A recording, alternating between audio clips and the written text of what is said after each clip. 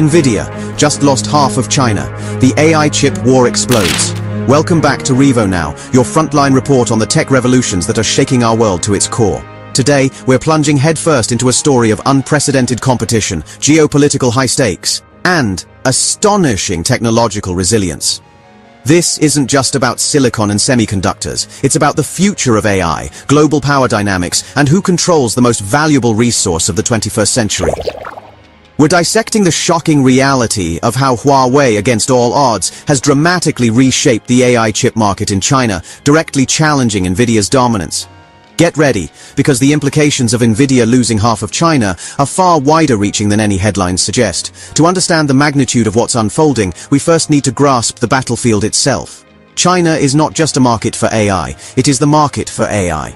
Its ambition to become a global leader in artificial intelligence is undeniable, fueled by massive government investment, a booming private sector, and a colossal demand for advanced computing power.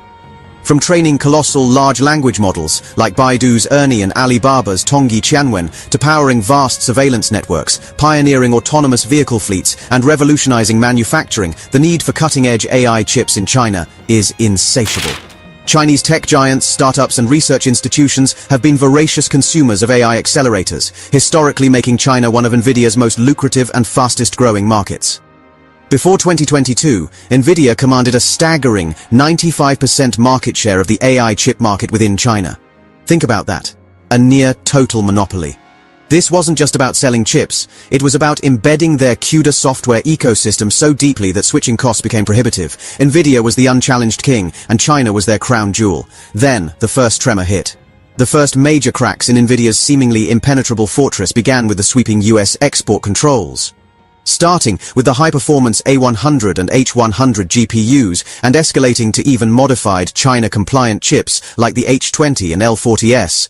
These sanctions were designed with one explicit goal: to deny China access to the advanced computing power necessary for developing cutting-edge AI and advanced military applications. The rationale was clear: restrict the most powerful tools and you slow down the competition.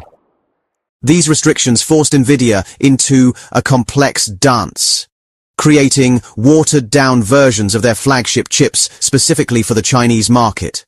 But even these compliant chips faced new bans and uncertainties, creating immense headaches for NVIDIA and, more importantly, a gaping void in China's burgeoning AI sector.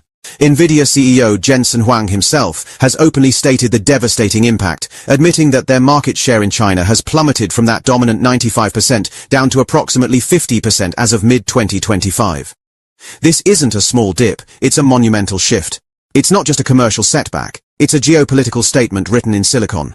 Before we reveal the astonishing force that filled this void, if you're engrossed by this epic battle for tech supremacy, and you want to ensure you're always ahead of these critical global shifts, please take a second right now to hit that like button. It fuels our research and helps this vital information reach more people. And if you haven't already, share this video with anyone passionate about the future of tech and geopolitics, and of course subscribe to Revo Now and ring that notification bell. Your support directly empowers us to bring you these in-depth, exclusive analyses. So if NVIDIA lost half of China, who picked up the pieces? The answer, unequivocally, is Huawei. While the world wrote them off after the initial sanctions, Huawei was quietly, ferociously building their alternative. Their Ascend series of AI chips, particularly the Ascend 910B, 910C, and the cutting-edge 910D, have emerged as formidable contenders. Let's talk performance. Early benchmarks from institutions like DeepSeek Research using the Ascend 910C showed it delivering approximately 60% of NVIDIA H100's inference performance. While still a gap, this was a massive leap for a domestically produced chip under sanctions. But the Ascend 910D, Huawei's latest iteration, is designed to match or even surpass NVIDIA's H100 in certain AI tasks, particularly inference for large language models. Stunningly, reports indicate that Huawei's Cloud Matrix 384 architecture, powered by Ascend chips, has even outperformed NVIDIA's GPU-based escalating in specific LLM performance tests. This means that for some of the most critical, real-world AI applications, Huawei is not just competing, it's, in specific scenarios, leading. Domestic demand. Priority. With sanctions limiting foreign supply, Chinese companies had a strong incentive and often state encouragement to buy domestic. Huawei became the default, reliable choice. Architectural optimization. While still using 7-nanometer process technology due to ASML EUV restrictions, Huawei compensated by optimizing chip area and focusing their DaVinci architecture on specific AI workloads, particularly LLM inference and training, to maximize efficiency. Their chip designs prioritize power efficiency and system-level integration. Aggressive pricing. Huawei's Ascend chips often come at a more competitive price point compared to their NVIDIA counterparts, offering a compelling total cost of ownership, TCO, for Chinese enterprises. Software ecosystem. MindSpore. This is critical. NVIDIA's strength lies in CUDA, its ubiquitous software platform. Huawei is pouring resources into MindSpore, their open-source AI computing framework. MindSpore 2.3 RC1, released recently, boasts significant improvements in high-performance training on ultra-large clusters, integrated training inference frameworks, and optimized inference for foundation models. They're building a parallel software universe, attracting millions of developers. Huawei even open-sourced their Pangu AI models, encouraging developers to build on their hardware and software stack. State support. Massive government investment funds, state-backed AI labs, and a national push for self-reliance have created an incredibly fertile ground for Huawei's advancements.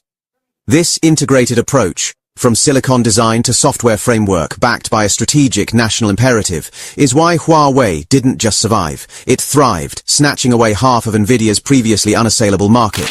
This isn't merely a commercial rivalry, it's the opening salvo in what many are calling the AI Cold War.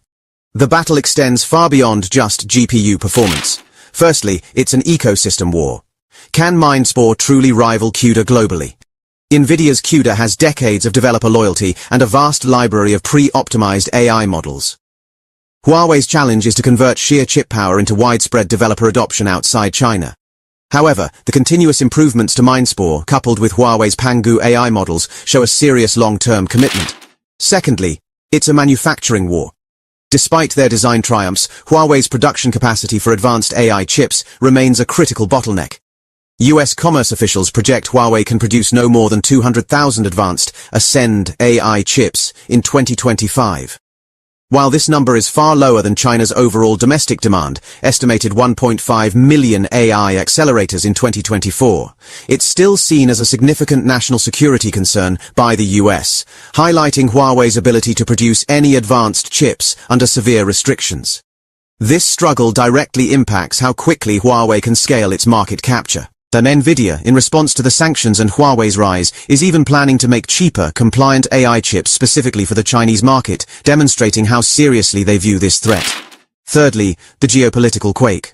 This AI chip war is accelerating a broader digital decoupling between major global powers. Nations are increasingly wary of relying on a single source for critical technologies, especially AI. The rise of Huawei's domestic alternative pushes China towards technological self-sufficiency, potentially leading to two distinct global tech stacks. This has massive implications for data privacy, cybersecurity, and even military capabilities. The race for AI supremacy is now inextricably linked to who controls the fundamental hardware. So, what does the next chapter of this explosive AI chip war hold? We can anticipate several key developments. Huawei will continue to pour resources into R&D, aiming to close any remaining performance gaps with NVIDIA's latest architectures like Blackwell and beyond. Their goal will be to scale production as much as geopolitically possible. NVIDIA, on its part, will certainly not cede ground easily. They will continue to innovate with their hardware, solidify their lead in the global market outside China, and perhaps find new ways to navigate the complex Chinese market.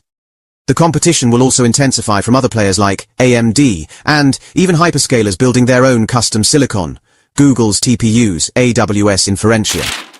But the most significant shift is the fundamental transformation of China's domestic AI landscape, now irreversibly less reliant on external suppliers. This isn't just about who builds the fastest chip, it's about who defines the future of AI. The notion of NVIDIA's unchallenged AI chip dominance is now a relic of the past.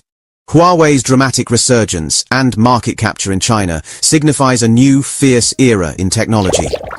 The AI chip war isn't just a distant skirmish, it's an exploding, high-stakes battle that will redefine global power, innovation, and perhaps the very nature of artificial intelligence itself.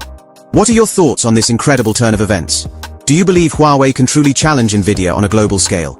Or will NVIDIA maintain its overall lead? We want to hear your experiences and predictions in the comments below. Tell us what topics you want Revo Now to dissect next. Your insights drive our investigations. This is Revo Now signing off.